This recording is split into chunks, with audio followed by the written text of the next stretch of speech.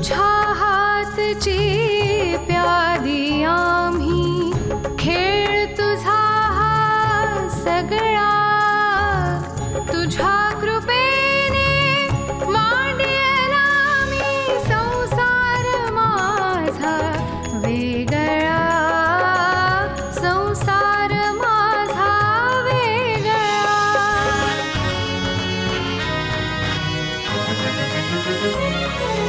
तोडून पाश मायेचे घेऊन श्वास मोकळा सानुल्या घरट्यातला संसार माझा वेगळा संसार माझा वेगळा। बाई बाई बाई बाई बाई, ह्या पोरांचं ना वेगळंच चाललेलं असतं सतत। वेगळं वगैरे काही नाहीये, स्वतःच्या पायावर उभं राहण्याची माझी ही धडपड आहे। अरे पण आधी दुसरी नोकरी शोध आणि मग ही सोड। ते बघतो मी काय करायचं ते। दरम्यान तू पनवेलला जायचा विचार सुद्धा मनात आणू नकोस। नाही नाही नाही, आता तर उलट मी पनवेललाच जाणार। मी पॅरिसमध्ये सगळ्यांना सांगून बसलोय की आमची एक मोठी टॅलेंटेड फॅशन डिझायनर माझ्या बरोबर येणार। हो पण मला न विचारता कशाला असं केलं? त्यात तुला काय विचारायचं? तू इथे नोकरी करतेस, मी काय तुझ्या बरोबर तिकडे हनीमूनला जात नाहीये।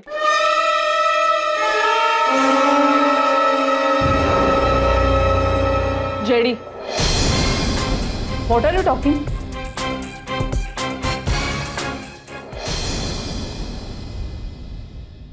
जेडी, सिद्धेशची नोकरी गेलेली असली तरी आम्ही लगेच रस्त्यावर नाही आलेलो। हे बघा, आम्ही लवकरच स्वतःची कंपनी स्थापन करणार आहोत। अगं, कंपनी स्थापन करणं एवढं सोपं वाटलं का तुला? त्यासाठी भांडवल नको, इन्फ्रास्ट्रक्चर नको। हे बघा, आम्ही दोघांनी जर कंबर कसून कष्ट केले ना तर हे सगळं आमच्या दारी येईल। हो का? मी विचारू शकतो का? कसं? पण ते मी तुम्हाला कशाला सांगू?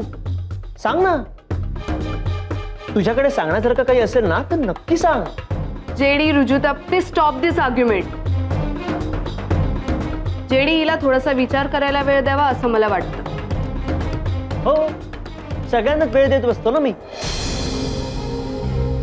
अशाने कंपनी बंद करावी लागेल मला। मी पुन्हा जॉईन झालेच नसते कंपनीत परत, तर तुम्ही काय करणार होतात?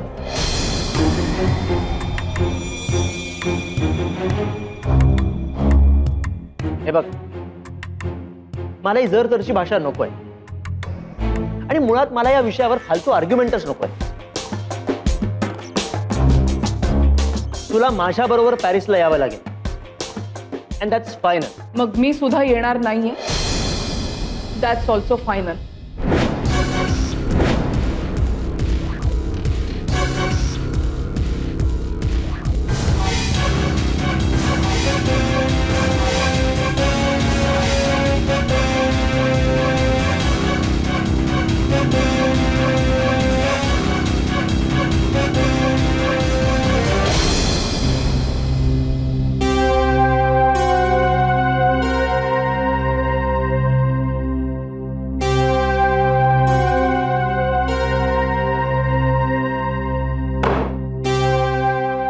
अरे सिद्धेश, कॉंग्रॅच्युलेशन्स।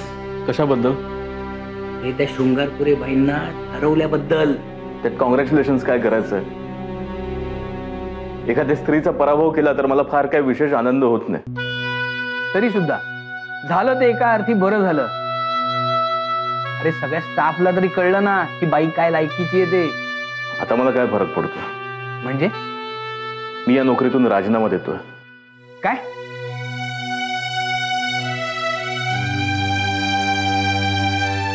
अरे सांगतोस काय? मी हा राजीनामा आणलेला आहे आणि हा राजीनामा तो शृंगारपुरे मॅडमच्या पुढे नेऊन द्यायचा आहे। एक मिनिट जरा थांब, शांत हो, विचार कर नीट। की आपण एक काम करूया का? आपण कुठेतरी जाऊन भेळ खाऊया।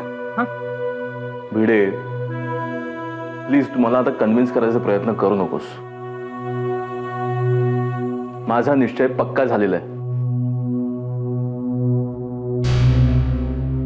अरे पण का? आता तर तू निर्दोष मुक्त झालेला आहेस। अरे सगळ्यांच्या नाकावर टिचून तू प्रमोशन घेऊ शकतोस. काही नको मला प्रमोशन वगैरे.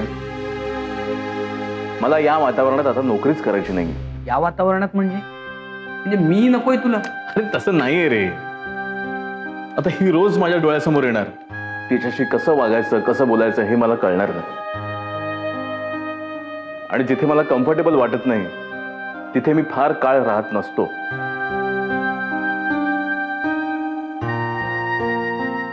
ओके, आपण एक काम केलं तर शृंगारपुरे बाईंनाच कुठेतरी ट्रान्सफर करा अशी पण मॅनेजमेंटला रिक्वेस्ट केली तर? अरे ते काही नको. ती बाई कंपनीत असणं सुद्धा माझ्या दृष्टीने धोक्याचं आहे. कारण ती एका सापासारखं डूक ठेवील आणि कधी मला डंख मारेल सांगता येत नाही. अरे या सगळ्या गोष्टींना पुरून उरण्याची ताकद आहे तुझ्यामध्ये. तू कशाला नोकरी सोडतोस यार? आणि तू जर नोकरी सोडलीस त्या कंपनीत राहणार आहे काय? अरे मी तर एकदम पोरका होईन. अरे घाबरू नकोस. मी एक नवीन कंपनी काढतोय आणि त्या कंपनीमध्ये मी तुला एका मोठ्या पोस्टवर नियुक्त करेन. अरे नाही यार, एक नोकरी सोडून दुसऱ्या नोकरीच्या मागे मी सहसा धावत नसतो. तुझ्यामध्ये दुर्मिळ अशी एक हिंमत आहे स्वतःचं स्वतंत्र विश्व निर्माण करण्याची. हे तर कबूल आहे ना तुला, मग कशाला अडवतोस? अरे पण स्वतंत्र बिझनेस करण्यासाठी तुला नोकरी सोडायची काय गरज आहे? अरे तुझ्याकडे रजा आहेत ना, घे ना त्या. अगदी कंपनीने विदाउट पे तुला रजा दिली तरी घे. त्या दरम्यान कर ना तुला काय करायचं ते. तोपर्यंत तुझा बिझनेस एस्टॅब्लिश झाला की मग दे ना नोकरी सोडून. तसं होत नाही रे. माणसाला गड जिंकायचं असेल तर मागचे सगळे दोर कापून टाकावे लागतात, तरच ते शक्य होतं. परतीची वाट बंद झाली ना की माणूस फक्त पुढे जायचा प्रयत्न करतो. तू हा राजीनामा घे आणि त्या शृंगारपुरीला दे. एक मिनिट मॅडम. हा मॅडम. हो माझ्या समोरच उभा आहे. ओके ओके सांगतो.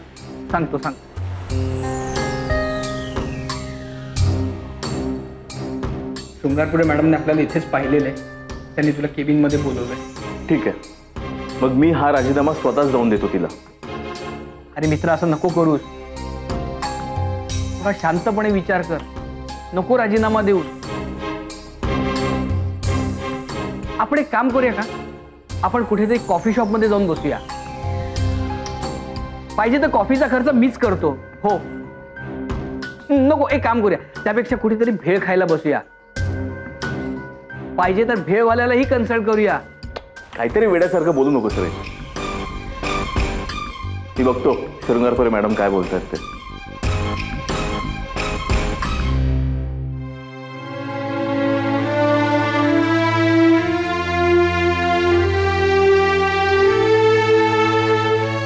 काय वेडा माणूस आहे हा. ती संधी चालून आली होती कंपनी ताब्यात घेण्याची. ह्या राजीनामा देतोय. संसार माझा वेगळा, संसार माझा वेगळा. I don't want to accept your resignation. But why? Why? ओ नोकरी म्हणजे काय तुम्हाला चेष्टा वाटली तातडीने राजीनामा द्यायला? मला आता तुमच्या हाताखाली काम करायचं नाहीये. आता का तुम्हाला माझ्या हाताखाली काम करायचं नाहीये? झालात ना विजयी कमिटी समोर. केलीत ना बेअब्रू काहीतरी खोटं नाटं सांगून. खोटं नाटं? मी काहीही खोटं नाटं सांगितलेलं नाहीये. तू एक नंबरचा चोर आहेस, चोर. तुम्ही काय बडबडताय मॅम? खरं तेच बडबडते. अमेरिकेत माझ्या रूम मधून कॅमेरा पळवलास तू. तुमच्या रूम मधून? हो. नाही मॅडम, जो कॅमेरा तुम्ही माझ्या रूम मध्ये लपवला होता मला ट्रॅप करण्यासाठी तो चोरलाय. उलट तुम्हीच तो कॅमेरा तुमच्या रूम मध्ये लावून ठेवला होता. सगळी नाटकं केली सभ्यपणाचा आव आणून. कारण तुम्हाला तुमच्या बायकोला दाखवायचं होतं ना की किती एकनिष्ठ आहे मी. खोटाडी नाटकं सगळी. बाई तुम्ही काहीही बोललात तरी हा राजीनामा मी कंपनीला दिला असं समजा. अहो काय समजायचं? कंपनीने राजीनामा स्वीकारला तर समजायचं ना. कंपनी का नाही स्वीकारणार माझा राजीनामा? कारण मी तो स्वीकारू देणार नाही कंपनीला. अहो पण का? आता आपलं भांडण झालंय ना, आपण पुन्हा एकत्र काम करू शकतो का? मी करू शकते. तुमचा काय प्रॉब्लेम आहे तो सांगा ना मला. माझा फक्त एकच प्रॉब्लेम आहे, मला तुमच्याशी, तुम्हाला कसं सांगू मी आता? अहो सांगा आता काय ते. आता काय सांगायचं शिल्लक राहिलंय? नाही बोला ना, काय ते स्पष्ट बोला. एक वचनी, एक पत्नी, महापुरुषा, बोला. मॅडम तुम्ही थट्टेवारी नेऊ नका. मला खरंच आता या नोकरीमध्ये इंटरेस्ट राहिलेला नाहीये. अहो तुम्हाला इंटरेस्ट असो किंवा नसो, तुम्ही असा तातडीने राजीनामा देऊ शकत नाही.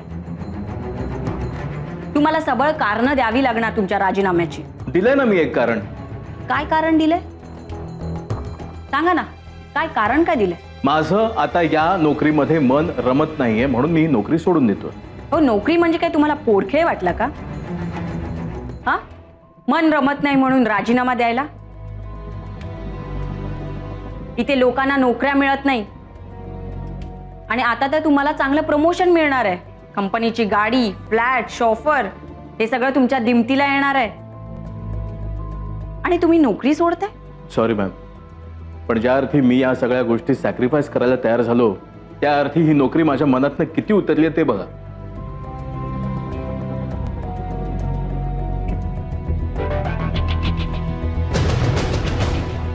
बसा, खाली बसा.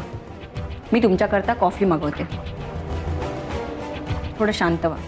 त्याची काही गरज नाही आहे मॅम. मी हा राजीनामा परत तुमच्या टेबलवर ठेवतो. हा प्लीज तुम्ही पुढे पाठवावा अशी माझी तुम्हाला विनंती आहे.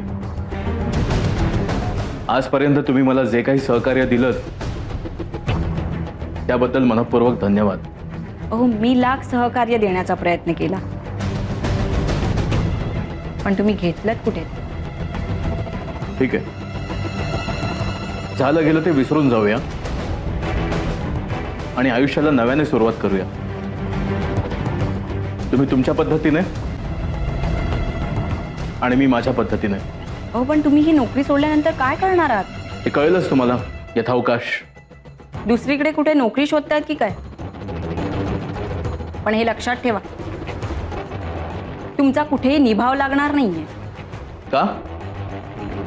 तुमच्यासारख्या माणसाचा निभाव लागणं कठीण आहे या समाजामध्ये. इथे नोकरीच्या क्षेत्रात प्रत्येकाला कॉम्प्रोमाइज हा करावाच लागतो, मग ती बाई असो किंवा पुरुष. कॉम्प्रोमाइज केलं नाही ना तर मात्र नोकरी करणं तुम्हाला अशक्य होईल. म्हणूनच आता नोकरी करायची की नाही हेच मुळात ठरवतोय मी. म्हणजे ते न ठरवताच राजीनामा देताय? नोकरी सोडल्यानंतर मी स्वतःचा बिझनेस करायचा ठरवलंय.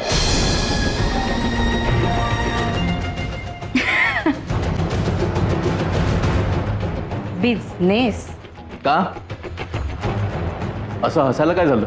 तुमचा सासरा तुम्हाला कुठल्या बिझनेसमध्ये टिकू देईल का? त्याची काळजी तुम्ही नका करू, आमचं आम्ही बघून घेऊ. बाय. जाता जाता एकच गोष्ट सांगतो तुम्हाला, जो प्रकार तुम्ही माझ्या बाबतीत केलात तो दुसऱ्या कोणाच्या बाबतीत प्लीज करू नका. तुम्ही तर संकटात यालच, पण तुमच्याबरोबर तुमच्या सगळ्या परिवाराला संकटात ढकलाल. हा माझा तुम्हाला सावधगिरीचा इशारा आहे. थँक्यू.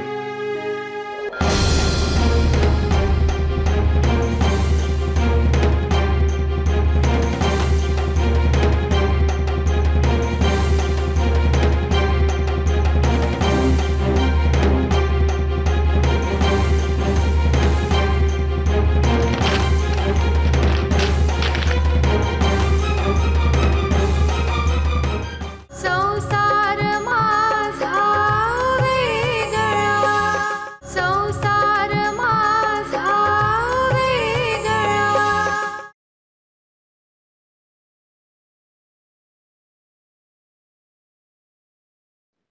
काय झालं?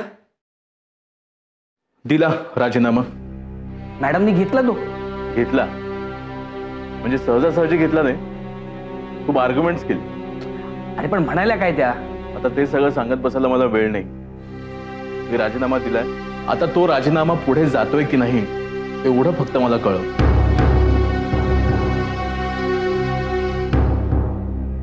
Siddhesh, yes ma'am. मी तुमचा राजीनामा फाडलाय. काय? पण का? भिडे, हे घ्या, कचऱ्याच्या टोपलीत टाका. Thank you madam. शुअर.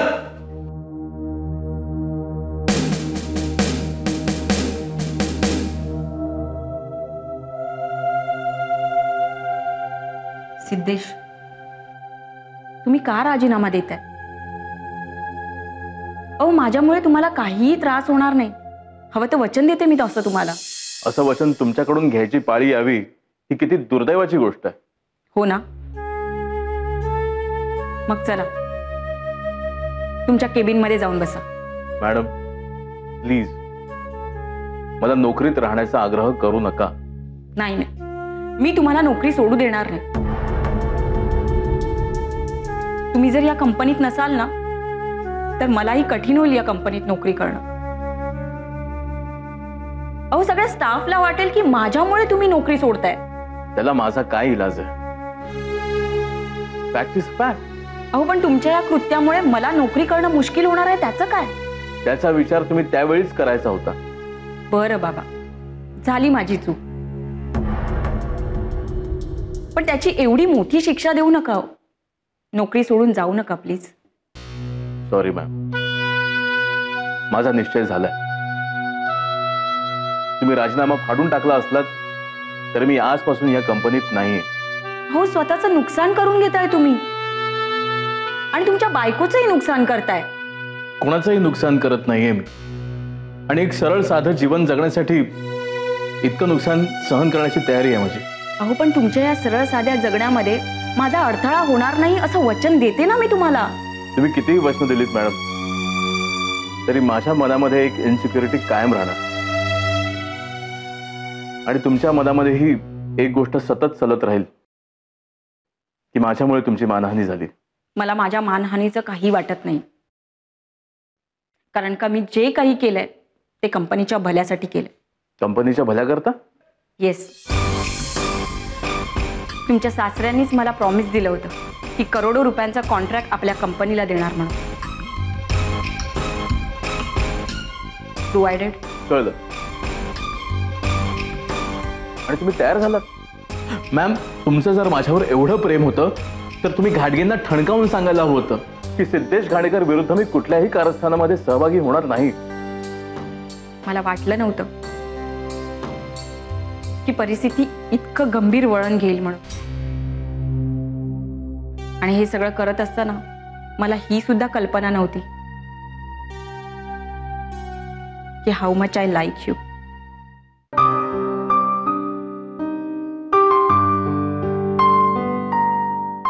आज तुम्ही नोकरी सोडून जाताय तेव्हा जाणवायला लागलं की तुम्ही जर नसाल तर माझ्या जीवनामध्ये केवढी मोठी पोकळी निर्माण होईल.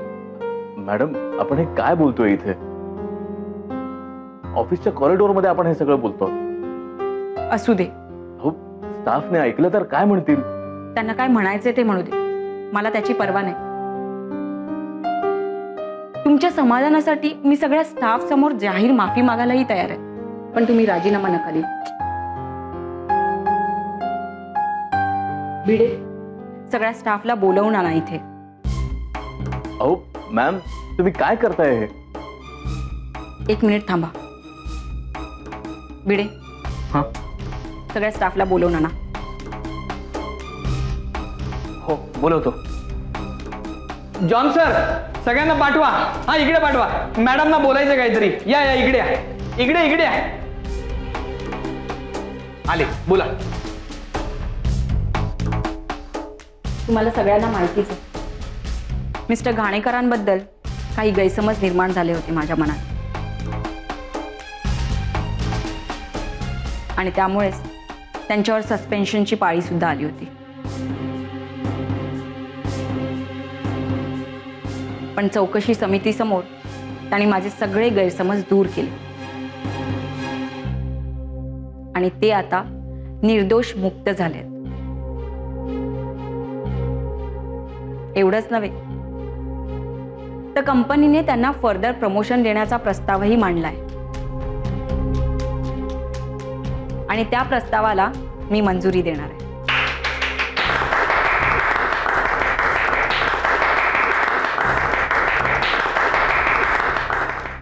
सिद्धेश घाणेकरांना जो मनस्ताप या कालावधीत भोगावा लागलाय ना, त्याबद्दल मी अत्यंत दिलगिरी व्यक्त करते. तुम्हाला या सगळ्या प्रकारामध्ये जो काही मनस्ताप भोगावा लागलाय, जे काही मेंटल टॉर्चर सहन करावं लागलंय, त्याबद्दल I'm really very sorry. I'm so sorry. मी सगळ्यांच्या समोर तुमची माफी मागते.